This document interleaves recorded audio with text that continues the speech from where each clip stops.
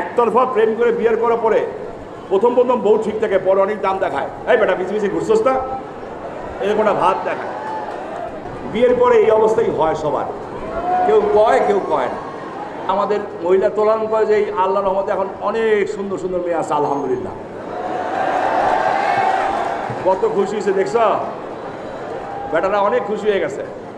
আমি আজকে ভাবছিলাম একটু হাসাহাসি করবো, এমনিতেই দিনে সারা দিন হাসাহাসির সুযোগ পাই না, বাসায় থাকলে একটু কম, একটু ভালো লাগে। আমার ছেলে আমার বন্ধু, আমার মেয়ে আমার বন্ধু, আবার ওর ছেলে যেটা হয়েছে সেটা আমার এখন সবচেয়ে বড় বন্ধু, ওর ছেলের বউ আমার বন্ধু, হ্যাঁ, একমাত্র আমার স্ত্রী ছাড়া।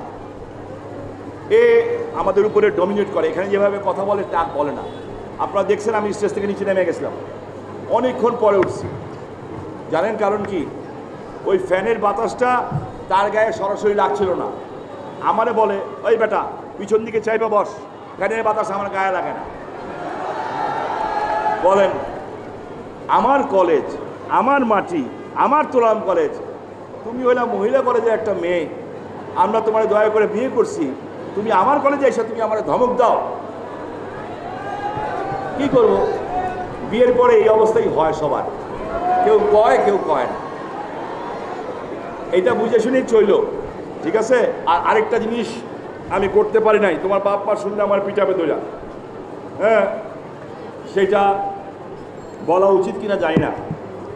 আমি একতরফা প্রেম করে বিয়ে করছি, ঠিক আছে? তোমরা আমার মতো একতরফা প্রেম করে বিয়ে করো না, কারণ একতরফা প্রেম করে বিয়ের করার পরে প্রথম বউ ঠিক থাকে, পরে অনেক দাম দেখায়, এই বেটা পিছিয়ে পিছিয়ে ঘুরছস না, এরকম একটা ভাত দেখায়।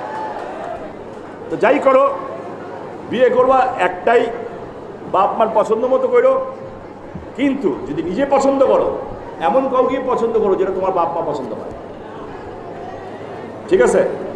এইটাই আমার কথা।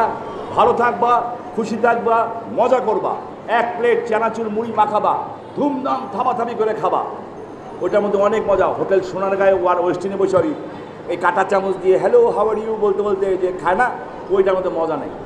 মজা হইলো এত বড় বোয়ালের মধ্যে মুড়ি নাও, টমেটো দাও, এটা দাও, এটা দাও, থাবায় খাও, এইটা হলো কথা।